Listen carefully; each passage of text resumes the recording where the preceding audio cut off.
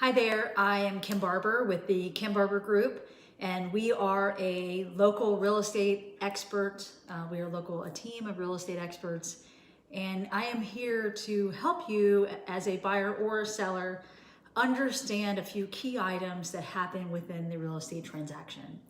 So this video is hopefully going to help you understand what it takes to get your home appraised.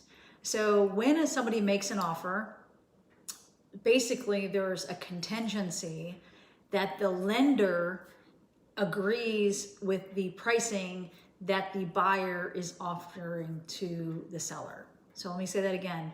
An appraisal is a person and it's a process. So we're having an appraisal done. They're sending out an appraiser who basically represents the bank, and the bank, who's often lending the money, says, I want to make sure that this loan I'm providing to this buyer is worth the money that they say it's worth. So if you make an offer for a house that's $300,000 and you're putting, 5% down, then you're basically offering 5%, $285,000, not offering. You're offering 300, you're lending, you're getting a loan for 285. If you make that offer, the bank wants to say, yep, I believe the house is worth $300,000, right? And the seller wants to make sure that they're going to get their money.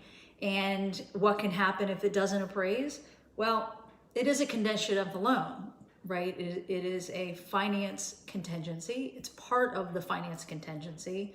So when you make an offer, you want to make sure that you're looking at the comparable homes that have the same features and benefits in the same neighborhood.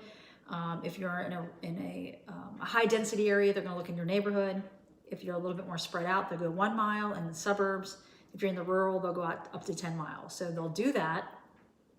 They'll look at the features and benefits of your home compared to the other ones, and then they'll give cost adjustments for the features. And if there's a discrepancy and they feel like the house is higher, well, that's good for the buyer. They're going into an equity position. If they feel the value is lower in our contracts, one of three things will happen.